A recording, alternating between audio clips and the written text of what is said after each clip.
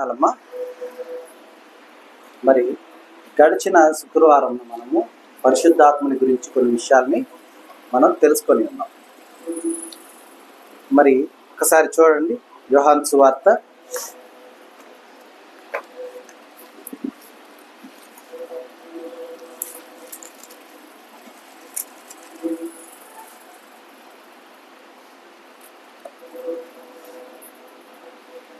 14వ అధ్యాయము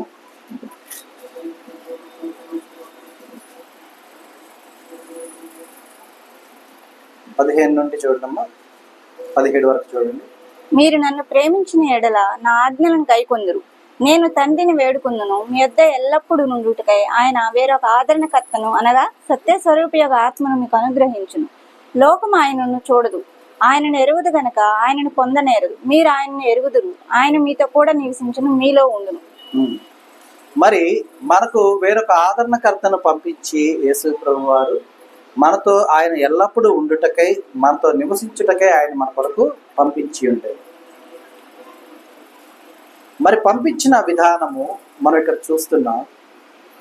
మొదటగా చూసినట్లయితే ఏమని వ్రాయబడిందమ్మా? మీరు నన్ను ప్రేమించిన ఎడల నా ఆజ్ఞలు గైకొందురు. మరి మనము అందరం కూడా దేవుణ్ణి ప్రేమించిన వారమే కదా, దేవుని ప్రేమించిన వారమే. మరి మనం ఆజ్ఞలు గైకుంటున్నామా? కొన్నిసార్లు ఫాలో అవుతాం, కొన్నిసార్లు ఫాలో అవుతాం, అవునా? కానీ యేసయ్య ఏమంటున్నాడు? నేను తండ్రిని వేడుకుందును, ఏమని? మీ యొద్ద ఎల్లప్పుడూ ఉండుటకై ఆయన వేరొక ఆదరణకర్తను అనగా సత్య స్వరూపియగు ఆత్మను మీకు అనుగ్రహించును. అయితే లోకం ఆయన్ని చూడదు. అర్థమవుతుందా? లోకం ఎవరిని చూడదు? ఆయనను చూడదు.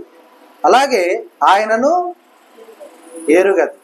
కానీ ఆయన మీతో కూడా నివసించును, మీలో ఉండును. అంటే మనలో ఉండటానికి, మనతో నివసించడానికి. ఎక్కడి నుంచి వచ్చాడు ఆయన? నిత్యరాజ్యం నుండి వచ్చాడు. ఎందు నిమిత్తం వచ్చాడు? ఎందు నిమిత్తం వచ్చాడో మనం ముందుకు వెళ్ళే కొలది చూసుకుంటాం. అయితే పరిశుద్ధాత్మని దేవుడు మనకు అనుగ్రహించాడు. మరి అనుగ్రహించిన దేవుడు పరిశుద్ధాత్మని మన నుంచి తీసివేస్తాడా? అమ్మా, తీసివేస్తాడా? ఎప్పుడు ఉంచేస్తాడా? తీసివేస్తాడా, ఉంచుతాడా మన దగ్గర ఎప్పుడు? మరి పరిశుద్ధాత్మని మనం పొందుకోవాలి, పరిశుద్ధాత్మలో మనం ఎదగాలి, పరిశుద్ధాత్మని కలిగి ఉండాలి. ఆ కలిగి ఉండడం ఎందుకు, ఉండటం వల్ల ఏమి ఉపయోగం అనేది మనం చూద్దాం. పరిశుద్ధాత్మని పోగొట్టుకోవడం కూడా ఎలాగో కూడా చూద్దాం. మొదటిగా చూడండి, అపోస్తలుడైన పౌలు రోమీయులకు రాసిన పత్రిక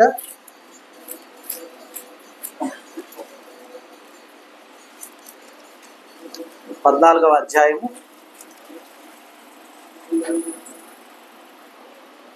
17వ వచనం చూడమ్మా. దేవుని రాజ్యము భోజనమును పానమును కాదు గాని నీతియు సమాధానమును పరిశుద్ధాత్మ యందుల ఆనందమునై ఉన్నది. దేవుని రాజ్యము భోజనమును పానమును కాదు కానీ నీతియు సమాధానమును పరిశుద్ధాత్మ యందలి ఏమైందమ్మా? ఆనందమునై ఉన్నది. అర్థమైందా? మరి పరిశుద్ధాత్మ అందలి ఆనందం, పరిశుద్ధాత్మ అందలి ఆనందం ఎంతమంది కలిగి ఉన్నాం? నిజం చెప్పండి. అంటే పరిశుద్ధాత్మ అందలి ఆనందం అంటే ఎగరటమో, కేకలు వేయటమో, రంకెలు వేయటమో, లేకపోతే ఎలాగంటే అలాగా చిందులు వేయటమో కాదు. ఆ శక్తి పొందుకున్న విధానం, ఆ గ్లోనెస్. అర్థమైందా? దేవుల్లో మనం ఎదుగుచూ ఉన్నప్పుడు ఫలించే విధానంలో, ఎదుటివారు పలికే మాటల్లో ఒక సాక్ష్యాన్ని మనం కలిగి ఉండటం పరిశుద్ధాత్మ యందలి ఆనందాన్ని మనకు ఇప్పుడు కూడా ఎల్లవేళలా కలుగజేసే విధానమైంది.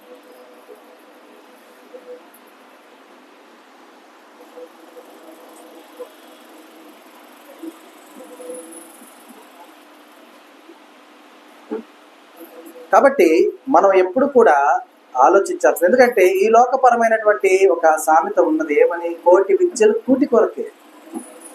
వాస్తవమే, భోజనం లేకుండా ఎవరు కూడా ఎక్కువ కాలం జీవించలేరు. అయితే దేవుని రాజ్యం మాత్రం ఏమై ఉందంట? భోజనమో పానమో కాదు. ఏమై ఉన్నది? నీతి. నీతి కొరకు ఆకలి తప్పులు గలవారు ధన్యులై. అంటే తినొద్దనో తినకుండా ఉండమనో భోజనం చేయొద్దని కాదు అక్కడ అర్థం. నీ భోజ్యము నీ పానము ఏమై ఉండాలంటే దేవుని యొక్క లేఖనాలు ఉండాలి. అంటే ఆహారం మనం అంటే ఆహారం అంటే ఇక్కడ ఉద్దేశం ఏంటంటే అసలు తినొద్దని, అసలు త్రాగొద్దు, వాటర్ కానీ ఏమి తాగొద్దని కాదు ఉద్దేశం. భోజ్యము పానము అంటే మనము ప్రతి ఒక్కరి సృష్టిలో ఉన్న సమస్త జనులు కూడా పాటుపడేది కేవలం ఆ కూటి కొరకే. అర్థమవుతుందా? ఇక్కడ ఉద్దేశం ఏంటంటే నీ యొక్క ప్రతి విధమైనటువంటి విధానము క్రీస్తు కొరకు నువ్వు అనుకుంటుంటే, క్రీస్తు కొరకు నువ్వు ఉండే విధానం ఏమై ఉన్నదంటే క్రీస్తే నీకు భోజ్యమై ఉండాలి, క్రీస్తే నీకు పానము. అంటే నువ్వు ఆ భోజ్యమును ఆ పానమును సంపాదించుకునే విధానం కొరకు నువ్వు ఎన్ని ఆలోచనలు చేస్తావో, ఎన్ని కుయుక్తులు పన్నుతావో, ఆ ప్రతి విధమైనటువంటి విధానం అంతా కూడా క్రీస్తుని కలిగి ఉండుట కొరకు చేయాలి. మరి నా భోజనం ఏంటండి? మరి నా పానం ఏంటి? వెంటనే మనకు వచ్చే ప్రశ్న, ఏం తినాలా, ఏం తాగాల? ఆకాశ పక్షుల్ని పోషిస్తున్న వాటికంటే మీరు శ్రేష్ఠులు కాదా?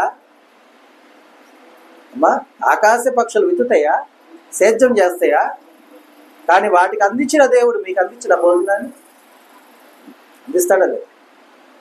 ఆకలి కలిగిన భక్తుడికి కాకి తీసుకెళ్ళిచ్చిన ఆహారం అవుతుందా? కాబట్టి మనం గమనించాలి, దేవుని రాజ్యం అంటే భోజనమో పానమో కాదు, కానీ మనకి ఏమై నీతి, సమాధానము, అలాగే పరిశుద్ధాత్మ అందరి ఆనందం. నేను పరిశుద్ధాత్మని కలిగి ఉన్నాను. నేను ఎప్పటికీ పరిశుద్ధాత్మని నా నుండి దూరపరచుకోకూడదు. పరిశుద్ధాత్మని శక్తి పొందుకున్న వాడిని నేనున్నాను. పరిశుద్ధాత్ముడు నాలో ఎప్పుడు నివసిస్తూ ఉన్నాడు అనే విధంగా అన్న ప్రతి విధానాన్ని మనం కలిగి ఉన్నప్పుడు మనం నిజంగా అప్పుడు మనం దేవుని రాజ్యము కొరకు నీతిమంతులుగా ఎంచబడిన వారుగా మనం ఉంటాం. అర్థమైందా? మన ఆనందం తినే ఆహారమో, తాగే పానమో, లేదంటే ధరించే వస్త్రమో, నివసించే గృహమో, తిరిగే వాహనమో, ఇట్లా కాదు మన ఆనందం ఉండాల్సింది. నువ్వు ఎక్కడున్నా, ఏమి అనుభవిస్తున్నా, ఎలా ఉన్నా కూడా క్రీస్తుని వదలక, క్రీస్తు కొరకు కనిపెట్టుకొని క్రీస్తు కొరకు జీవించే విధానము. నీవు నాకు ఇది లేదు అనడానికి ఏమీ లేకుండా చేస్తుంది. అర్థమైందా? కాబట్టి మనం గమనించాలి. అలాగే చూడండమ్మా, అపోస్తుడైన పౌలు తీతుకు రాసిన పత్రిక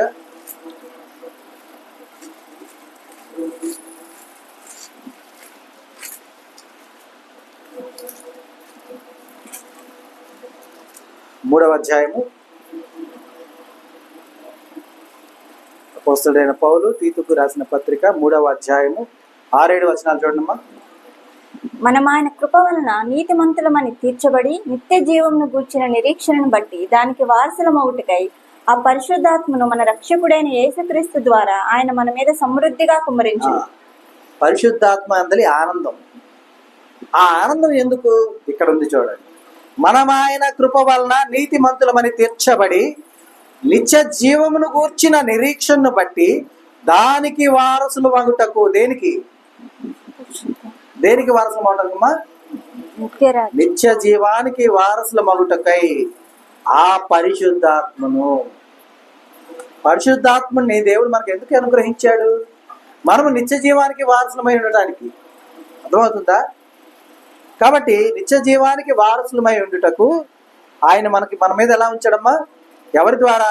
చూడండి, మన రక్షకుడైన యేసుక్రీస్తు ద్వారా ఆయన మన మీద సమృద్ధిగా కుమ్మరించాడు. మన రక్షకుడైన యేసుక్రీస్తు ద్వారా. మనం ముందుగా చదువుకున్న లేఖన భాగం యోహాను సువార్త 14వ అధ్యాయము 17-16 ఏమని చదువుకున్నావు? నేను మీ యొద్ద ఎల్లప్పుడూ ఉండుటకై వేరొక ఆదరణకర్తను తండ్రి యొద్ద నుండి పంపిస్తాను. తండ్రిని వేడుకుంటాను. అవునా? ఒకటి ఆలోచించండి. మనం ఒక చోట నివసించాలి అనుకున్నాం.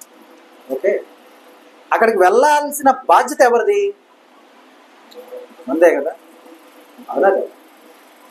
మనకొక నివాసము దేవుడు ఏర్పరిచి అక్కడికి మనం వెళ్ళటానికి మార్గమును ఇచ్చాడు. ఆ మార్గమందు మనం సంచరించడానికి వెలుగునిచ్చాడు. ఆ వెలుగు కలిగిన ఆ మార్గము సత్యమై ఉన్నదిగా మన కంటికి కనబడిచేలా చేశాడు. అయితే ఆ సత్య మార్గములో సంచరించడానికి కావలసిన జ్ఞానమును దయచేటుకు పరిశుద్ధాత్మని మన మీద కుమ్మరించాడు. అంటే ఆ ప్యాలెస్కి, ఆయన కట్టిన ప్యాలెస్కి మనం అక్కడికి వెళ్ళి నివసించడానికి అన్నీ కూడా ఆయనే చేస్తున్నాడు. ఇప్పుడు జస్ట్ ఊరక చెప్తున్నా, ఎవరు తప్పుగా అనుకోవకండి, బాధపడవకండి. ఇప్పుడున్న ప్రభుత్వము, గడిచిన కాలంలో ఉన్న ప్రభుత్వం, ఈ రెండు ప్రభుత్వాల్ని ఆలోచించండి. రెండు ప్రభుత్వాలు పేదలకు ఇల్లు ఇచ్చినాయి, స్థలాలు ఇచ్చినాయి. ఇవ్వలేదా? అవునా? పలానా చోట స్థలము, పలానా చోటుకు వస్తే మీకు పట్టా ఇస్తామని చెప్పినప్పుడు మీరే వచ్చి మమ్మల్ని తీసుకెళ్ళండి అని ఇంటి దగ్గర కూర్చున్న ఎంతమంది చేతులు ఎత్తండి. ఒక్కరు కూడా లేరుగా. పలానా చోటని ఆ ప్లేస్ తెలియకపోతే అక్కడి నుంచి ఇంకో చోటకి, అక్కడి నుంచి ఇంకో చోటకి, అక్కడి నుంచి ఇంకో చోటకి పరుగులు తీసిన వారే కదా. అవునా? మరలా ఇక్కడ ఆ స్థలంలో ఇల్లు మనమే కట్టుకోవాలి, మన డబ్బే వెచ్చించాల, సమస్తము మనమే. అవునా? అయితే నిత్యరాజ్య నివాసులుగా మనం ఉండుటకు దేవుడు ఒక అంతఃపురాన్ని, ఒక ప్యాలెస్ని ఇస్తే, ఇచ్చి కూడా మనం ఇంటికాడే ఉంటున్నాం, మనం వెళ్ళట్లేదని, ఆయనే మార్గమై, ఆయనే సత్యమై, ఆయనే జీవమై, ఆయనే వెలుగై మనకు ఒక దారిని చూపిస్తే, అయినా మనం రావట్లేదని మనల్ని నడిపించుటకు పరిశుద్ధాత్మని మన మీద కుమ్మరిస్తే, అయినా కూడా మనం ఏం చేస్తున్నామమ్మా? నిత్యరాజ్యం అంటే భోజనము పానము అన్న భ్రమలో మనం ఉంటున్నాం. కానీ పరిశుద్ధాత్మ యందలి ఆనందము, అలాగే ఆ వారసత్వాన్ని పొందుకునే విధానము అని మనం గ్రహించి ఆయనలో ఎదిగేవారుగా మనం ఎంతమంది ఉంటున్నాం? పేరుకు మాత్రం మనమంతా కూడా క్రైస్తవులు, అంటే క్రీస్తును కలిగిన వారం మనం అందరం కూడా. కానీ ఐడెంటిటీని దాచిపెట్టుకునేవారు. అవునా కదా? అవునా కదమ్మా? కాబట్టి మనం గమనించాలి, మీరు నన్ను ప్రేమించిన ఎడలా మీరేం చేయాలి? ఆజ్ఞల్ని గైకొనాలి. ఈ లోకపరమైనటువంటి విధి విధానాలు కలిగినటువంటి భార్యాభర్తల్ని తీసుకోండి అమ్మా. భర్తకి ఇష్టమైందని చెప్పి భార్యకి ఇష్టం లేకపోయినా కూడా అతని ఇష్టాన్ని తన ఇష్టాన్ని, అంటే నిజంగా ప్రేమించిన భార్య అయితే భర్త ఇష్టాన్ని తన ఇష్టంగా మలుచుకుంటుంది. నిజమా కదా?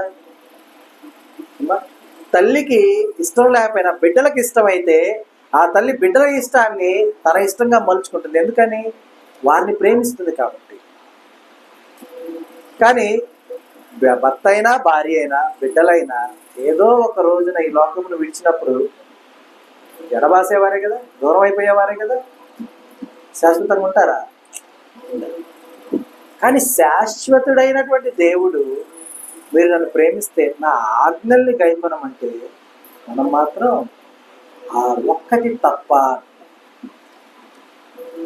అర్థమైందా? ఆ ఒక్కటి తప్ప.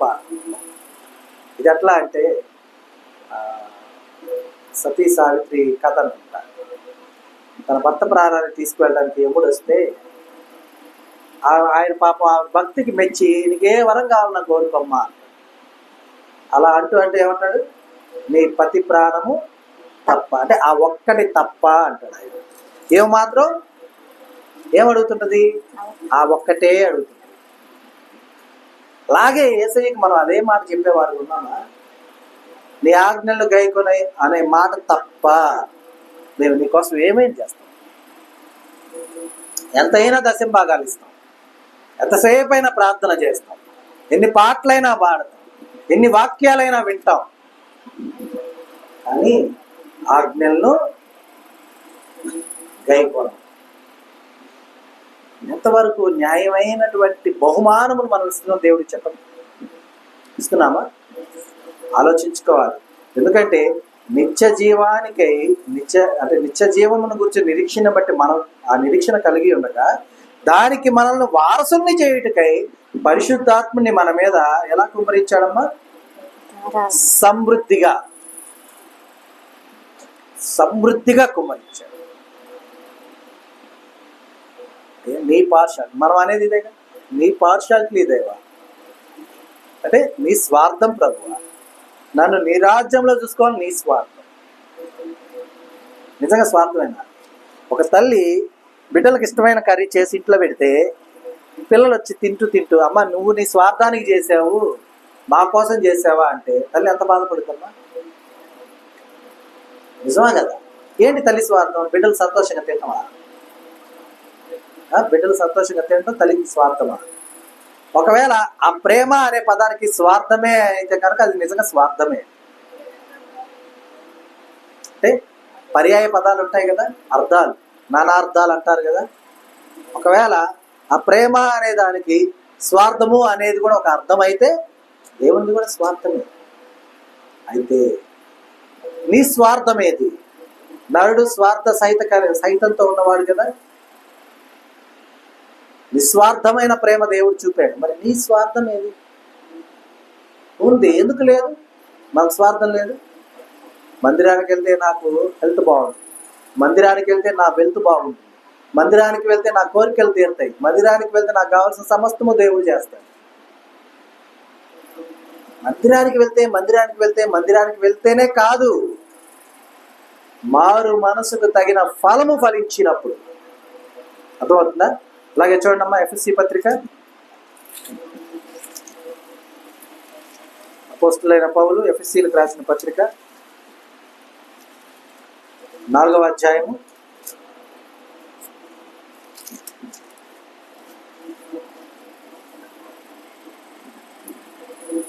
30వ వచనం చూడండి. దేవుని పరిశుద్ధాత్మను దుఃఖపరచుకుడి, విమోచన దినము వరకు ఆయన యందు మీకు ముద్రింపబడి ఉన్నారు. మనం ఆజ్ఞను అనుసరించాం, స్వార్థపూరితమైన జీవితాన్ని జీవిస్తూ ఉంటాం.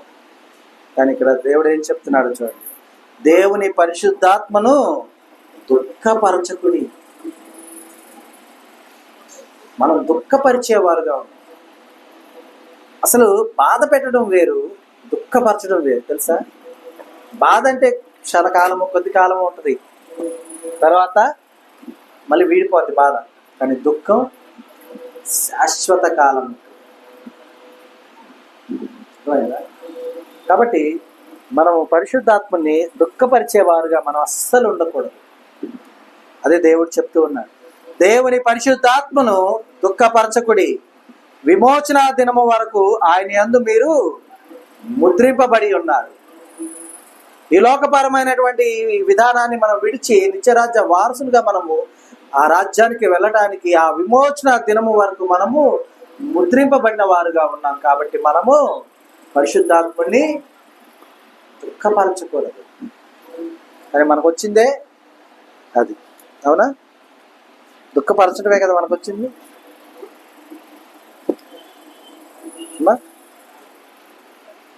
చూడండి, ఎంతమంది మీ పరిశుద్ధాత్మని యందు ఆనందిస్తూ ఆయన ఆనందింపజేస్తున్నారు. నిజంగా ఆలోచించుకోండి.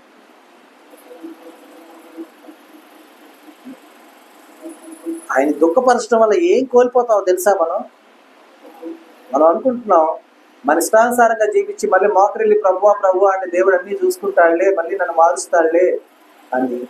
కానీ నిజంగా మనం గనక ఆయన్ని పరిశుద్ధాత్మని దుఃఖపరిస్తే అసలు ఎంత సివియర్గా ఏముంటుందో తెలుసా? క్లియర్గా దేవుడే ఒక సందర్భంలో ఒక మాట చెప్పాడు. ఏమో తెలుసా? మనుష్య కుమారుణ్ణి దూషించినా కూడా వారికి పాప క్షమాపణ కలుగునేమో, కానీ పరిశుద్ధాత్మని దూషిస్తే ఈ యుగమందైనను ఏ యుగమందైనను వారికి పాప క్షమాపణ లేదు, ఉండదు. అందుకనే మరి ఒక సందర్భంలో అంటాడు, ఆత్మను ఆర్పకుడి. అలాగే ఈ సందర్భంలో ఏం చెప్తున్నాడు దేవుడు? ఆత్మను దుఃఖపరచవద్దు. ఎందుకో తెలుసా? చూడండి, యెషయా గ్రంథము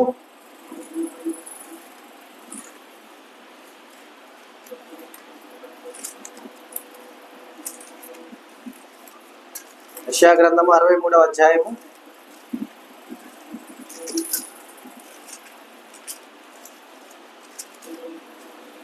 యెషయా గ్రంథము 63వ అధ్యాయము 9-10 వచనాలు చూడమ్మా. వారి యావత్ బాధలో ఆయన బాధ నందును, ఆయన సన్నిధూత వారిని రక్షించును, ప్రేమ చేతను తాళిమి చేతను వారిని విమోచించును. పూర్వ దినములన్నిటిని ఆయన వారిని ఎత్తుకొనుచు మోసుకొనుచు వచ్చును. ఆయనను వారు తిరుగుబాటు చేసి ఆయన పరిశుద్ధాత్మను దుఃఖింపజేయగా ఆయన వారికి విరోధి ఆయను, తానే వారితో యుద్ధము చేసెను. ఎవరు యుద్ధం చేసిన ఎందుకు అమ్మా? దేవుడే. కానీ దానికి ముందు దేవుడు ఏం చేస్తున్నాడు చూడండి, వారి యొక్క యావత్ బాధలో ఆయన బాధ నుండెను. అంటే వారి అన్న ప్లేస్లో మన అని పెడతాను, ఒకసారి చూడండి. మన యావత్ బాధలో ఆయన బాధ నుండెను, ఆయన సన్నిధి దూత మనల్ని రక్షించెను, ప్రేమ చేతను తాలిమి చేతను మనల్ని విమోచించెను. పూర్వ దినములన్నింటను ఆయన మనల్ని ఎత్తుకొనుచు మోసుకొనుచు వచ్చెను. ఆయనను మనము తిరుగుబాటు చేసి ఆయన పరిశుద్ధాత్మను మనం ఏం చేసాం? దుఃఖింప చేయగా ఆయన మనకు విరోధి ఆయను, తానే మనతో యుద్ధము చేసెను. యుద్ధము యెహోవాదైతే గెలవగలిగిన నరుడు ఎవరు? మనం అనుకోవచ్చు, పరిశుద్ధాత్మని మనం ఎక్కడ దుఃఖింపజేస్తున్నాం, ఎక్కడ బాధపరుస్తున్నాం, మన ఇష్టానుసారంగా మనం జీవిస్తున్నాం కదా, ఆయనతో మనకేం పని, మనం ఎప్పుడు ఆయన్ని బాధించలేదు కదా. కానీ ఆత్మను పొందుతున్న వారమే మనం ఉండగా, ఎందుకంటే దేవుడు నరుని యొక్క నాసికారంధ్రంలో జీవవాయువులు వదగా నరుడు ఎవరయ్యారమ్మా? జీవాత్మ ఆయన. అంటే అప్పుడే ఆత్మను పొందుకున్నాం మనం. అయితే మన అతిక్రమం వల్ల మనం ఏం చేసాం? ఆత్మను పోగొట్టుకున్నాం. అర్థమైందా? అంటే ఎప్పుడు దేవునితో జీవింపజేయగలిగినటువంటి ఆ యొక్క ఆత్మను పోగొట్టుకొని మనము నిర్జీవమైనటువంటి ఆత్మలో మనం ఇప్పుడు కొనసాగుతూ ఉన్నాం. అయినా కూడా మరలా మన కొరకు దేవుడు అనుగ్రహించిన పరిశుద్ధాత్మని మనం ఏం చేస్తున్నాం? మోసం చేస్తున్నాం, కొన్ని సందర్భాల్లో అలాగే దుఃఖపరుస్తున్నాం. అర్థమైందా? అందుకే దేవుడు స్వయంగా చెప్తూ ఉన్నాడు. ఏమని చెప్తున్నాడు అంటే, ఇక్కడ మీ యావత్ బాధలో నేను బాధ నొందెను. ఇప్పుడు దేవుడి వైపు నుంచి చెప్తున్నా, ఇందాక మన వైపు నుంచి చదువుతున్నాం, ఇప్పుడు దేవుని వైపు నుంచి చెప్తున్నా. చూడండి, మీ యావత్ బాధలు అంటే మీ సమస్త బాధల్లో నేను మీ యొక్క బాధను నేను పొందాను. నా సన్నిధి దూతను మిమ్మల్ని రక్షించాను. అంటే నా సన్నిధి దూత మిమ్మల్ని రక్షించాను, ప్రేమ చేతను తాలిమి చేతను మిమ్మల్ని విమోచించాను. పూర్వ దినములన్నింటను కూడా నేను మిమ్మల్ని ఎత్తుకొనుచు మోసుకొనుచు వచ్చాను. అయినను మీరు తిరుగుబాటు చేసి నా పరిశుద్ధాత్మను దుఃఖింపజేయగా నేను మీకు విరోధి ఆయను, నేనే మీతో యుద్ధము చేసాను. చూసారా? మనం ఇక్కడ చదివిందేమో థర్డ్ పర్సన్లో చదివాం. ఫస్ట్ లేఖనాన్ని చదివినప్పుడు, తర్వాత సెకండ్ పర్సన్గా చదువుకున్నాం, ఇప్పుడు ఫస్ట్ పర్సన్గా చూస్తున్నాం. ఏమా? దేవుడు నేను నీ బాధల్లో నేను బాధపడ్డాను, నీ కష్టంలో నా దూతను పంపి నేను రక్షించాను, నిన్ను నేను ఎత్తుకున్నాను, నిన్ను నేను మోసాను. అయినా కూడా నీవు నాతో తిరుగుబాటు చేసావు కాబట్టి, నా పరిశుద్ధాత్మని దుఃఖింపజేసావు కాబట్టి ఇప్పుడు నేను నీకు విరోధి అయ్యాను, నేనే నీతో యుద్ధం చేస్తున్నానంటే నీవే నాతో యుద్ధం చేస్తే నేను గెలవగలమా? పరిశుద్ధాత్మని శక్తిని పొందుకున్న వారుగా మనం ఆనందంగా ఉండేవారుగా ఉన్నామా? పరిశుద్ధాత్మని దుఃఖపరిచి దేవునికే విరోధి అయి దేవుడే మనతో యుద్ధం చేసే విధంగా మనం మారిపోదాం. ఆలోచించండి ఒకసారి. ఆయన ఏమంటున్నాడు? మీ యావత్ బాధలో నేను బాధ పొందాను అంటున్నాడు. అంటే మీ బాధను నా బాధగా నేను తీసుకున్నాను అంటున్నాడు. అలాగే ఇంకా ఏమంటున్నాడు, నా సన్నిధి దూతని పంపి మిమ్మల్ని నేను రక్షించుకున్నాను అంటున్నాడు. ఇంకా ఇంకా ఏమంటున్నాడమ్మా, ప్రేమతో తాలిమి అంటే ఓరిమితో మిమ్మల్ని విమోచించాలి. మీ మీద ఉన్నటువంటి పాపాలు, దోషాలు, నేరాలు సమస్తమును కూడా ఏం చేశాను, నా ప్రేమతో, నా ఓరిమితో వాటన్నిటిని కూడా విమోచించాను. పూర్వపు దినములన్నింటినా కూడా మిమ్మల్ని అందరినీ కూడా నేను ఎత్తుకొని మోసుకున్నాను. అయినా కూడా మీరేం చేశారు, తిరుగుబాటు చేశారు. అంటే తిరుగుబాటు చేశారు అనగానే ఇక్కడ మేమెప్పుడు అనే క్వశ్చన్ వేసుకుంటాము. అయ్యా మేమెప్పుడయ్యా, మేము నిన్ను ఎక్కడ బాధించలేదే, నేను చర్చికి రానని నేను అనలేదే, మందిరానికి పోనని నేను అనలేదే, పాట పాడనని నేను అనలేదే, వాక్యం చదవనని నేను అనలేదే, ప్రార్థన చేసుకోనని నేను అనలేదే, పోనీ నీ సేవకులు నేను ఎప్పుడు దూషింపలేదే, నీ విశ్వాసులు నేను ఎప్పుడు బాధ పెట్టలేదే. కరెక్టే, ఇవన్నీ నువ్వు చేయాలి. కానీ నువ్వేం చేస్తున్నావు, ఆజ్ఞను అతిక్రమిస్తున్నావు. ఆజ్ఞ అతిక్రమం ఏమైందమ్మా, పాపమై ఉందా? పాపానికి తగు జీతం మరణమై ఉంది. మరణము దేనికి ఏమొస్తుంది, ఎక్కడికి తీసుకెళ్తుంది? మరణము పాతాళానికి తీసుకెళ్తుంది. నిత్యరాజ్య వారసుడిగా నిన్ను ఎంచుకున్న దేవుని దగ్గరికి వెళ్ళకుండా నీవు రివర్స్ లో, ఆపోజిట్ లో పాతాళానికి వెళ్ళిపోతే దేవుడికి బాధ కాదా?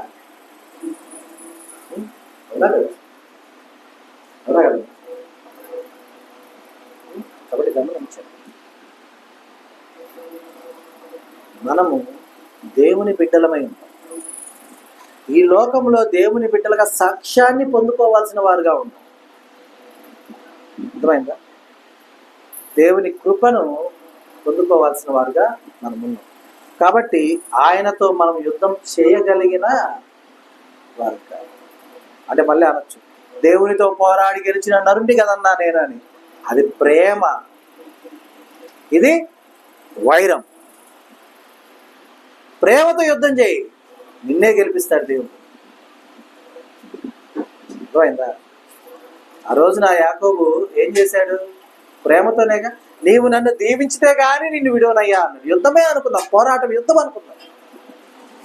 దేవుడు ఎవరిని గెలిపించాడు? దేవుడు ఆయనే గెలిచాడా, యాకోబుని గెలిపించాడా? దేవుడు గెలవాలనుకుంటే యాకోబు ఎంతసేపు అమ్మా, అవునా కదా? ఎంతసేపు దేవునికి యాకోబుని ఓడించాలంటే దేవునికి ఎంతసేపు. కానీ యాకోబు పేరు మార్చేశాడు. అంటే యాకోబు అనగా అర్థం ఏంటి, మోసగాడు. మోసగాడు అన్న పేరు తీసివేశాడు ఇంకా ఆ క్షణమున. సింపుల్ లాజిక్ గమనించండి. యాకోబు కడుపులో ఉన్నప్పుడు, బాగా గమనించండి, యాకోబు కడుపులో ఉన్నప్పుడు, ఇద్దరు కడుపులో ఉన్నప్పుడు ఆ స్త్రీతో పేర్లు దేవుడు అక్కడే చెప్తాడు. అవునా? ఎందుకు యాకోబు అని పెట్టారు చెప్పండి పేరు అక్కడ? ఆయన కడుపులో ఉన్నప్పుడు ఏం చేస్తాడు? ఆయన ముందు వచ్చే మనివి పట్టుకొని రానియకుండా ఇబ్బంది పెడతాడు. కాబట్టి వాడెవరు? యాకోబు అని. అక్కడ అంటే కడుపులోనూ మడిమని వదల్లా, కారు వదల్లా. ఇక్కడ కూడా ఆయన పాదాలు వదల్లా. అక్కడ పట్టుకున్నప్పుడు మోసగాడయ్యాడు, కానీ ఇక్కడ పట్టుకున్నప్పుడు దేవునితో పోరాడి గెలిచిన నరుడయ్యాడు. అర్థమవుతుందా? అదే మడిమను కాటేసే పాము ఏమైంది? శాపగ్రస్తురాలి. అంటే ఇక్కడ మడిమ అనేది కామన్ అయిపోయింది. కామనా కదా? కానీ పట్టుకున్న వాని యొక్క విధానమే మార్పు చెందింది. అదే యాకోబు కడుపులో ఉన్నప్పుడు పెనుగులాటలో తన అన్న యొక్క మడిమ పట్టుకొని ఉన్నాడు. అదే యాకోబు ఇక్కడ పెనుగులాటలో దేవుని యొక్క పాదాలు పట్టుకొని ఉన్నాడు. నీవు నన్ను దీవిస్తేనే కానీ, ఆశీర్వదిస్తేనే కానీ నువ్వు విడువను అన్నాడు. అక్కడేమో మోసగాడయ్యాడు, కానీ ఇక్కడ ఎవరయ్యారు? ఇజ్రాయేల్ అయ్యాడు. మరి మోసగాని వలె అవసరం లేని పాదం పట్టుకొని ఉంటావా? దేవునితో పోరాడి గెలవాలన్నటువంటి ఆశ కలిగి దేవుని పాదాలు పట్టుకొని ఉంటావా? ఆ చాయిస్ ఎవరమ్మా? మనకే వదిలేసింది. ఎందుకంటే వైరముతో కూడిన యుద్ధము గెలువుట అసాధ్యమైనది నరునికి, కానీ అదే ప్రేమతో కూడిన యుద్ధము గెలుచుట అసాధ్యమైనది దేవునికి. అర్థమైందా? అర్థం కాలేదు నేను చెప్పిన మాట ఇప్పుడు. వైరము కలిగి దేవునితో పోరాడితే దేవుని మీద గెలువడం నరునికి అసాధ్యం. అదే ప్రేమతో కూడినటువంటి ఆ యొక్క విధానముతో పోరాడితే నరుని మీద గెలవడం దేవునికి అసాధ్యం. అసాధ్యమైన వాడే గెలుచుట అసాధ్యమవుతుంది. ఇదంతా ఎందువల్ల జరుగుతుంది? కేవలం ప్రేమ. దేవుడు తన ప్రేమను మన ఎడల వెల్లడిపరిచిన విధానము, మనం ఆయన బిడ్డలమని మనల్ని ఎంచుకొని మనల్ని రక్షించుకున్నటువంటి ప్రతి విధమైనటువంటి ఆయన కృప. అర్థమైందా? పరిశుద్ధాత్మని దుఃఖించి బాధ పెట్టి మనము దేవునికి విరోధులం అవుదామా? పరిశుద్ధాత్మ యందలి ఆనందముతో దేవుని బిడ్డలుగా మనం ఉందాము. మనకు తెలుసో తెలియక కొన్ని సందర్భాల్లో మనం దుఃఖపెట్టిన వారుగా ఉండడమా? ఏదో ఒక సందర్భంలో మనం దుఃఖపెట్టిన వారుగా ఉంటాం. ఎందుకంటే ఆజ్ఞాతిక్రమే పాపమైంది కదా. మరి మనం ఆజ్ఞను అనుసరించే వారం కానప్పుడు మనం బాధ పెట్టిన వారమే కదా. అయితే దేవుని మనం ఏమని వేడుకోవాలో చూడండమ్మా. 51వ కీర్తన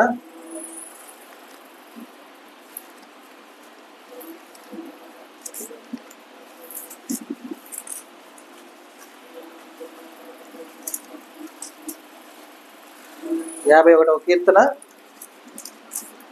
10 నుండి 12 వచనాలు చూడండి. దేవా, నా యందు శుద్ధ హృదయమును కలుగజేయుము. నా అంతరంగములో స్థిరమైన మనస్సును నూతనముగా పుట్టించుము. నీ సన్నిధిలో నుండి నన్ను త్రోసివేయకుము. నీ పరిశుద్ధాత్మను నా యొద్ద నుండి తీసివేయకుము. నీ రక్షణానందము నాకు మరలా పుట్టించుము. సమ్మతి గల మనస్సు కలుగజేసి నన్ను దృఢపరచుము. ఎందుకంటే మనము ఏదో ఒక సందర్భంలో మనము దేవుణ్ణి కూడా బాధ పెట్టిన వారుగానే ఉంటాం. కాబట్టి మనం అడగాల్సిన విధానం ఏంటంటే, దేవా, నా యందు శుద్ధ హృదయమును కలుగజేయము. నా అంతరంగములో స్థిరమైన మనస్సును నూతనముగా పుట్టించుము. అలాగే నీ సన్నిధిలో నుండి నన్ను రోసివేయకుము. నీ పరిశుద్ధాత్మను నా యొద్ద నుండి తీసివేయకు. నీ రక్షణానందము నాకు మరలా పుట్టించుము. సమ్మతి గల మనస్సు కలుగజేసి నన్ను దృఢపరచుము. మనం ఆ విధంగా వేడుకోవాలి దేవుణ్ణి. మనకేమో ఈగో ఎక్కువ కదా. మనం ప్రతిదీ కూడా దేవుడే వచ్చి నాకు చేయాలనుకునే టైప్ మనం, అవునా కదా. ఆయనే తెలుసుకోవాలి నా బాధ, ఆయనే తెలుసుకోవాలి నా కష్టం. ఆయన తెలీదా? ఇది మన యొక్క నైజం విధానం. కానీ మనం ఎలా ఉండాలి? ఆయన వేడుకునేవారుగా ఉండాలి. ఆయన ఎవరి నుండి పొందుకునేవారుగా ఉండాలి. ఆయన ఇచ్చినటువంటి పరిశుద్ధాత్ముని మన నుండి తీసివేయకుండా ఉండే విధంగా మనం ఉండాలి. ఎందుకంటే ఆలోచించండి అమ్మా, మనము ఎవరినన్నా ఏదన్నా సరే ఒక మంచి పప్పిని తెచ్చుకున్నాం, డాగ్ని. అది పాపం వాళ్ళ తల్లి మీద దిగులు పెట్టుకొని అది మనం ఏం పెట్టినా తినకుండా, మనం అంటే ఇష్టం లేకుండా దుఃఖపడుతూ అది అలాగే ఉంటే మనం ఏం చేస్తాం? తీసుకెళ్ళి వదిలేస్తామా లేదా? అవునా? మళ్ళీ తన దగ్గర వదిలిపెట్టేస్తామా లేదా? మరి మన యొక్క ప్రతి విధమైన విధానం, అంటే ఇక్కడ పరిశుద్ధాత్మని నేనేం అలా పోల్చలేదు, జస్ట్ మనకు అర్థమవడం కోసం నేను చెప్తున్నాను. మరి పరిశుద్ధాత్మని మనకి ఇచ్చినప్పుడు మనం పరిశుద్ధాత్మని బలపరచవలసిన వారుగా, స్థిరపరచవలసిన వారుగా మనం ఉండాలి. కానీ దుఃఖపరిచే విధంగా, దూషించే విధంగా, అలాగే ఆర్పేసే విధంగా మనం ఉంటే మన నుండి పరిశుద్ధాత్మని దేవుడు తీసేసుకొని దేవుడు సైలెంట్గా ఉన్నాడా? పరిశుద్ధాత్మని దుఃఖపరిచావు కాబట్టి నీకు నేను విరోధిని అయ్యాను, నీతో నేను ఏం చేస్తాడు? యుద్ధం చేస్తాను. కాబట్టి అది ఎప్పటికైనా జరుగుద్ది. ఎందుకంటే దేవుని మాట పోద్దమ్మా. పర్వతాలు కదిలినా, మెట్టలు తత్తరిలినా కూడా ఆయన మాట ఏమవుతుంది? కదులుతా. ఆయన మాట స్థిరముగా ఉంటుంది. కాబట్టి మరి దేవుడి మాట స్థిరపరచబడేది ఉన్నప్పుడు, మనం తెలుసో తెలియక పరిశుద్ధాత్మని దుఃఖపరిచిన వారుగా మనం ఉన్నప్పుడు, మరి ఆయన మనకు విరోధి అవుతాడుగా. అవుతాడా? కూడా మనతో యుద్ధం చేస్తాడా? చేస్తాడు కదా. కాబట్టి ఆ యుద్ధం జరగకుండా ఉండాలంటే మన దగ్గర ఉన్నటువంటి దేవుడితో మాట్లాడే విధానం ఏమని? దేవా, నా యందు శుద్ధ హృదయము కలుగజేయ్యా. ఒకవేళ నా హృదయము అంటే అపరిశుద్ధంగా ఉండొచ్చు, శుద్ధ హృదయాన్ని కలుగజేయవా. నా అంతరంగములో స్థిరమైన మనస్సు నూతనంగా పుట్టించయ్యా. వేడుకోవాల్సిన విధానం, నీ సన్నిధిలో నుండి నన్ను మాత్రం ఎప్పుడు కూడా తోసివేయొద్దు. నీ పరిశుద్ధాత్మను నా యొద్ద నుండి ఎప్పుడు కూడా తీసివేయద్దు. ఎందుకంటే ఇప్పుడు ఇక్కడ గమనించండి, పరిశుద్ధాత్మ అనే పదం ఇక్కడ ఎందుకు వచ్చింది? పాత నిబంధన గ్రంథంలో ఇందాక మనం అనుకున్నాం, దేవుడు మనకు అనుగ్రహించినటువంటి ఆత్మను మనం చేసిన ఆజ్ఞాతిక్రమం వల్ల దేవుడు తీసేసుకున్నాడు. ఇప్పుడు మనకు కలిగినటువంటి ఆత్మ ఏమాత్మ అని చెప్పుకున్నాం? నిష్ఫలమైన ఆత్మ, అంటే ఫలింపు లేని ఆత్మ. ఇప్పుడు మనకున్నది మామూలుగా, అయినా కూడా దేవుడు మన ఎడల నిర్జీవమైన ఆత్మను కలిగిన వారుగా మనం ఉండగా మరలా జీవాత్మను మనకు దేవుడు ఇచ్చి ఉన్నాడు. కాబట్టి యేసయ్య వచ్చిన తర్వాత పరిశుద్ధాత్మని మరలా మన కొరకు దేవుడు వేడుకునే విధానం. ఎందుకంటే ఆ రోజుల్లో వారికి దేవుడు డైరెక్ట్గా స్ట్రైట్ అవే ఆయన మాట్లాడుతూ ఆయన ఆత్మతో నడిపింపచేస్తున్నాడు. కాబట్టి ఆ గొప్ప విధానాన్ని కలిగిన గొప్ప భక్తులు కాబట్టి ఆ రీతిగా ఉంది. రాను రాను కాలక్రమేణా నరులు ఏమైపోయారు? ఇంకా దేవుడు నరులకు విరోధి అయి దేవుడే యుద్ధం చేసేంతగా నరులు మారిపోయి ఉన్నారు. కాబట్టి మరలా మన కొరకు రక్షకుడు అనివార్యమై ఉండగా రక్షకుని మన నిమిత్తం పంపించి మరలా రక్షకుని ద్వారా పరిశుద్ధాత్మని మనకు అనుగ్రహించను. కాబట్టి దేవుణ్ణి మనం వేడుకోవాల్సిన విధానంలో నీ పరిశుద్ధాత్మను నా యొద్ద నుండి తీసివేయకుము, అలాగే నీ రక్షణ ఆనందము నాకు మరలా పుట్టించు. కోల్పోయాను దేవా, మరలా పుట్టించయ్యా. రక్షకుడు మన కొరకు పుట్టాడా లేదా? ఆ రోజు వేడుకున్న ఈ యొక్క భక్తుడి వేదన దేవుడు గమనించి మరలా నరులకి రక్షణ తీసుకునే అవకాశం ఇచ్చాడా లేదా? ఇచ్చి చూడండి, నాకు మరలా పుట్టించుము, సమ్మతి గల మనస్సు కలుగు చేసి నన్ను దృఢపరచుము. సమ్మతి గల మనసు అంటే ఏంటి? ఒప్పుకునే విధానం. ఒప్పుకోవాలి, మనం యేసయ్య నా సొంత రక్షకుడని ఒప్పుకోవాలి. యేసయ్య చెప్పిన ప్రతి విధమైనటువంటి ఆజ్ఞను ఫాలో అవడానికి ఒప్పుకోవాలి. పొరపాటు చేస్తే, తప్పు చేస్తే వాటిని మనము సరిదిద్దుకోవడానికి ఒప్పుకోవాలి. కానీ మనం ఎవరో డిగ్రీ తీసుకున్నాం, దేంట్లో? మాస్టర్స్ తీసుకున్నాం. ఎందులో తీసుకున్నాం మాస్టర్స్? మనం ఎవరమ్మా? Covering masters. అంటే మన తప్పుల్ని కవర్ చేసుకోవడంలో మనము పీజీ డిగ్రీ తీసుకున్నాం. మనం ఏదైనా తప్పు చేసామనుకోండి, పొరపాటు చేసామనుకోండి, అరే రే అలా జరిగిందా, నేను చేసి ఉండాలి, నేను చేయలే, అక్కడికి ఎందుకు వచ్చింది అది? అక్కడికి ఎందుకు వచ్చింది? కానీ ఒక విచిత్రమైనటువంటి ఒక చిన్న విధానం చెప్తా, గమనించండి. నలుగురు పిల్లలు రోడ్డు మీద ఆడుతున్నారు, ఓకేనా? ఒకడు మాత్రం పక్కన గ్రౌండ్లో ఆడుకుంటున్నారు. వేగంగా వస్తున్న వాహనాలకి బ్రేకులు ఫెయిల్ అయ్యాయి. లోకం ఏం చెప్తుంది? నలుగురిని చంపేయడం కన్నా గ్రౌండ్లోకి వెళ్ళిపోయి వాటిని గుద్దేసి ఒక ప్రాణం పోతే నలుగురు బ్రతుకుతారు అని చెప్తుంది. కానీ నీతి ఏం చెప్తుంది? వాడు నీతిని అనుసరించి ఎక్కడ ఆడాలో అక్కడ ఆడుతున్నారు, మిగతా నలుగురు ఎక్కడ ఉండకూడదు అక్కడ ఉన్నారు. కానీ అంటే చట్ట విరోధమైనటువంటి విధానాన్ని కలిగిన వారినేమో ఈ లోకం రక్షించమంటుంది, నీతి కలిగిన వాడినేమో ఈ లోకం ఏం చేస్తుంది? వాడి మీదకి వెళ్ళమంటుంది.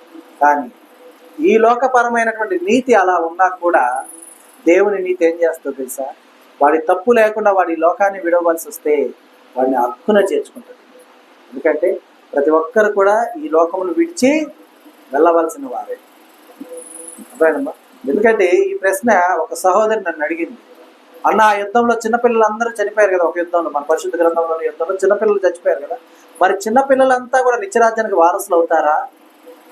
ఒకవేళ వారు బాప్తీసం తీసుకోలేదు కదా, అప్పుడు సున్నతి లేదు అనుకుందాం, సున్నతి పొందినప్పుడు బాప్తీసం లేనప్పుడు మరి వాళ్ళంతా పాతాళానికి వెళ్ళిపోతారు కదా, మరి దేవుడు అక్కడ అన్యాయం చేశాడు కదా వారికి అని ఒక ప్రశ్న వేసింది. అయితే ఆ ప్రశ్నకు సమాధానం ఏంటంటే, నిత్యరాజ్య ప్రవేశం ఎవరి చిత్తమై ఉన్నది? దేవుని చిత్తమై ఉన్నది. ఒకవేళ ఆ చిన్న పిల్లల్లో ఏ పాపము లేకపోతే వారు సున్నతి పొందినా, రక్షణ పొందినా, పొందకపోయినా వారు నిత్యరాజ్య వారసులు అవుతారా అవరా? దేవుని చిత్తానుసారం అయితే అవుతారు కదా. మరి ఏ విషయంలో మనం క్లెయిమ్ చేయొచ్చు ఆ విధానాన్ని? అమ్మా ఎక్కడ చూడొచ్చు? మా సిలువలో ఉన్నటువంటి ఆ యొక్క నేరస్తుడిగా ముద్ర వేయబడిన ఆయన్ని చూడొచ్చు. ఉందంతా ఒప్పుకున్నాడా? లేదుగా. కానీ ప్రతి ఒక్క నరునికి ప్రాణము తను విడుచుటకు ముందు వారి యొక్క పాపాన్ని ఒప్పుకోవడానికి దేవుడు ఒక సమయం ఇస్తాడు. వాళ్ళని గమనించండి. మరణానికి చివరిగా ఉన్న వారి దగ్గర ఎప్పుడన్నా ఎవరు ఉన్నారా? ఎవరన్నా చనిపోతున్నారు అన్న వాళ్ళ దగ్గర ఎప్పుడన్నా ఉన్నారా? వాళ్ళు మాట్లాడగలిగిన స్టేజ్లో ఉన్నప్పుడు ఉన్నారు ఎవరన్నా? వాళ్ళు అప్పుడు వేదాంతం మాట్లాడతారు అనుకుంటాం మనం సహజంగా. అంటే ఎట్లా అంటే, నేను ఇది చేశాను, అది చేశాను, ఆ తప్పు చేశాను, ఈ తప్పు చేశాను, ఇవన్నిటి నుంచి నాకు తగిన శిక్ష అనుభవిస్తున్నాను అని వాళ్ళలో వాళ్ళు మాట్లాడుకోవటము, ఏడవటము, వాళ్ళకి తెలియకుండా కళ్ళల్లోంచి నీళ్లు కారిపోవటము, ఇవన్నీ గమనించారా? ఎందుకు జరిగింది అది? వారికి ఇచ్చిన సమయం. మరి ఆ సమయాన వారు కలిగినటువంటి ఆ వేదన, వారు నిజమైనటువంటి మనస్ఫూర్తిగా దేవుని వేడుకున్న విధానము వారి కనుక ఆ క్షణాన కలిగి ఉంటే ఇంకా దేవుని చిత్తమా కాదు. కాబట్టి పరిశుద్ధ గ్రంథంలో వ్రాయబడినది మనం లోకపరమైనటువంటి ఆలోచనతో మనం చూస్తే అది పొరపాటుగానే మనకు తోచుతుంది. అర్థమవుతుందా? కానీ దైవపరమైనటువంటి ఆలోచన మనకు కావాలంటే మనకు బోధించేవారు కావాలి. బోధించేవారు ఎవరు? మీ సేవకులా? మీకు బోధించే పాస్టర్ గారా? లేదా మీ పక్కన ఉన్నటువంటి విశ్వాసుల, సంఘ కాపర్ల? ఎవరు బోధించేది? ఎవరమ్మా? పరిశుద్ధాత్ముడు బోధిస్తాడు. అర్థమైందా? ఏది ఎందుకు ఎలా జరిగిందో మనకు బోధించేది పరిశుద్ధాత్మ. కాబట్టి ఆ పరిశుద్ధాత్మని మన నుండి తీసివేయకుండా ఉండేలాగా మనం ప్రాధేయపడాలి, వేడుకోవాలి. కానీ మన యొక్క అతిక్రమాలతో మనమే దూరం చేసుకునేలాగా ఉండకూడదు. కానీ పరిశుద్ధాత్మని మరలా మనం తిరిగి ఎలా పొందుకోవాలో చూడండి. అపోస్తుల కార్యముల గ్రంథము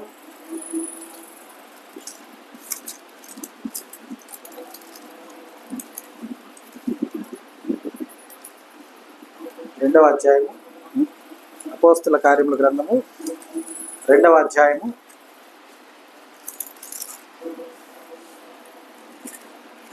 38వ వచనం చూడండి. పేతురు, మీరు మారు మనసు పొంది పాప క్షమాపణ నిమిత్తము ప్రతివాడు యేసుక్రీస్తు నామమున బాప్తిసం పొందుడి, అప్పుడు మీరు పరిశుద్ధాత్మను వరము పొందుదురు.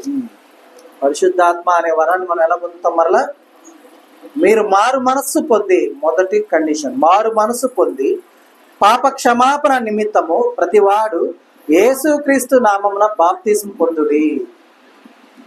పాప క్షమాపణ, మారు మనసు ఉండాలి మనలో. పాప క్షమాపణ మనం పొందుకునేవారుగా ఉండాలి. కాబట్టి మనం మారు మనసు పొంది పాప క్షమాపణ నిమిత్తము మనం బాప్తిసం తీసుకున్నప్పుడు పరిశుద్ధాత్మ అనే వరాన్ని మనం మరలా పొందుకునేవాడు. మరలా అంటే ఆల్రెడీ దేవుడు ఫస్ట్ మనకి ఇచ్చినప్పుడు మనం మన యొక్క అతిక్రమాలతో, అంటే మన పితరుల యొక్క అతిక్రమాలతో పోగొట్టుకున్నాం కదా. అందుకు మరలా అంటే అదే. కానీ మళ్ళీ బాప్తిసం తీసుకున్నాక మరలా అతిక్రమాలు చేసేసి మళ్ళీ వెళ్ళిపోయి నేను ఇప్పుడు మారు మనసు పొందాను, మళ్ళీ నాకు బాప్తిసం వేయండి, మరలా నేను పరిశుద్ధాత్మను పొందుకుంటానంటే కాదు, అది కుదరదు. అది కుదరని పని. అర్థమైందా? పరిశుద్ధాత్మ అనే వరాన్ని మనము మొదట మారు మనసు పొంది ఉండాలి.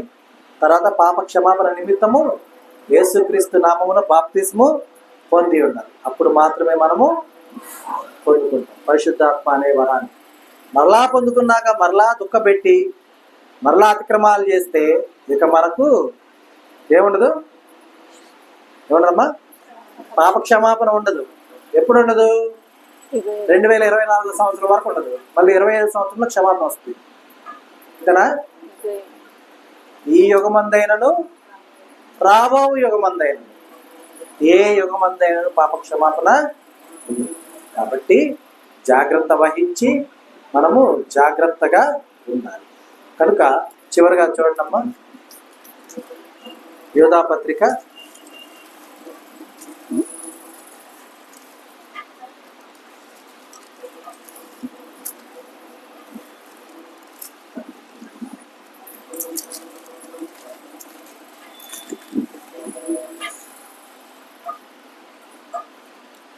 8వ 20-21 వచనాలు చూడండి అమ్మా. యూదా పత్రిక 7 ఒకటే అధ్యాయం 7 వచనం. 20-21 వచనాలు.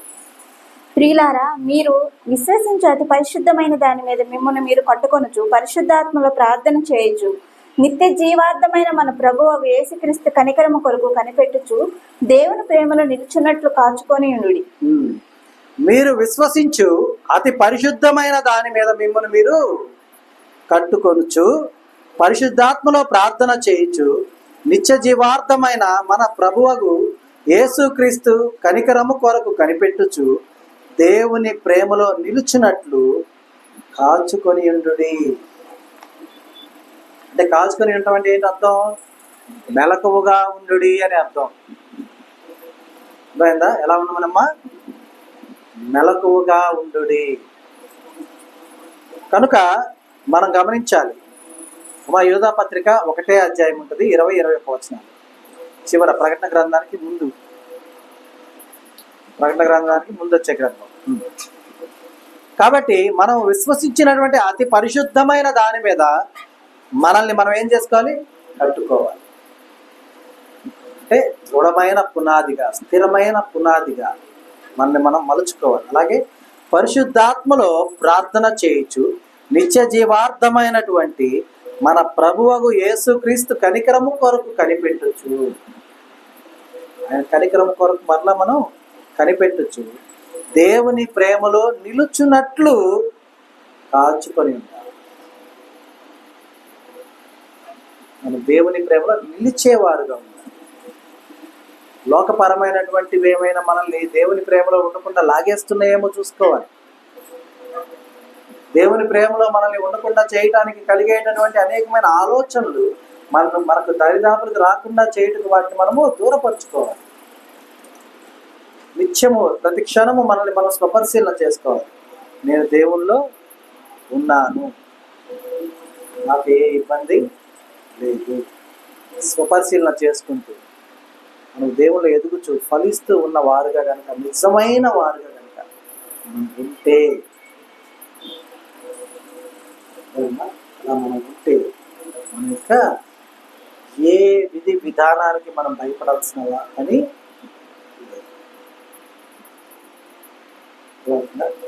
కాబట్టి మనం గమనించాలి. మనం స్వపరిశీలన చేసుకోవాలి.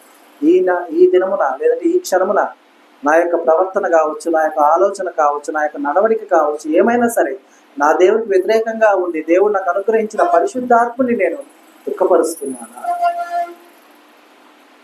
అని మళ్ళీ ఎట్లా అనుకోవాకండి. మాకు బాప్తీసం లేదు కదా, ఇంకా మేము పరిశుద్ధాత్మని పొందుకోలేదు కదా, మేము ఎట్లాగైనా ఉండొచ్చు అని. అవి కుదరవు. ఎందుకంటే నీవు బాప్తీసం పొందే సమయము సజీవంగా నీవు ఉన్నప్పుడు నీకు కలుగుతుందో లేదో చెప్పగలవా? చెప్పగలవమ్మా? ఎవడి వారి బాప్తీసం? ఎవరి అవి? దేవుడి. అంతేనా? లేకపోతే నేను పోయి మా అన్నకు 10,000 ఇస్తాను రేపు బాప్తీసం ఇస్తాడు, లేకపోతే నేను పోయి మా అన్నకు 1,00,000 ఇస్తాను రేపు బాప్తీసం ఇస్తాడు. జరుగుద్దా? దేవుడు వాడు బాప్తీసం ఆయన ఒప్పుకోవాలి. మరి అతిక్రమాలతో నీవు ఉంటే ఆయన రక్షణ ఆనందం నీకు ఇస్తాడా? అమ్మా, నీ యొక్క నడవడిక, నీ యొక్క ప్రవర్తన, నీ యొక్క ప్రతి విధమైనటువంటి సమస్తము కూడా పరిశుద్ధాత్మని బాధించే విధంగాను, దుఃఖపెట్టే విధంగాను ఉంటే కనుక దేవుడు నిన్ను యాక్సెప్ట్ చేస్తాడా? అప్పుడు నీవు మారు మనసు పొందలేవు. మారు మనసు లేనప్పుడు పాపక్షమాపణ నిమిత్తం బాప్తీసం పొందవు. ఇంకా పరిశుద్ధాత్మ వరాన్ని పొందుతావా? పొందలేవు. కాబట్టి గమనించి, జాగ్రత్త వహించి, దేవుల్లో ఎదుగుటకు కావలసిన సమస్తము కూడా మనం చూసుకొని ఆ రీతిగా మనం ముందుకు వెళ్తూ దేవుళ్ళు ఎదుగుచు ఫలించుచు ఆయన నామ మహిమార్థమైన జీవితాన్ని ఆయన సాక్షార్థమై మనం జీవిస్తూ దేవునితో పోరాడే సమయంలో దేవుడు మనల్ని గెలిపించే విధంగా మనం ఉండాలి. అర్థమైందా? ఇజ్రాయేలుగా పేరు మనకు దేవుడే పెట్టే విధంగా మన యొక్క ప్రతి విధమైన నడవడిక, ప్రవర్తన సమస్తము ఉండే విధంగా మనం ఉండాలి. ఆ రీతిగా మనం ఉండటకై చాలిన జ్ఞానం దేవుడు మనకు దయచేయగా. ఆమేన్. దేవుడి దినం మనకు అనుగ్రహించిన తన సత్యవాక్కును బట్టి దేవుని కృతజ్ఞత ఆస్తుతులు చెల్లిస్తున్నాను. దేవుడు తన వాక్యమును దీవించిన. ఆమేన్. వందనాలమ్మా.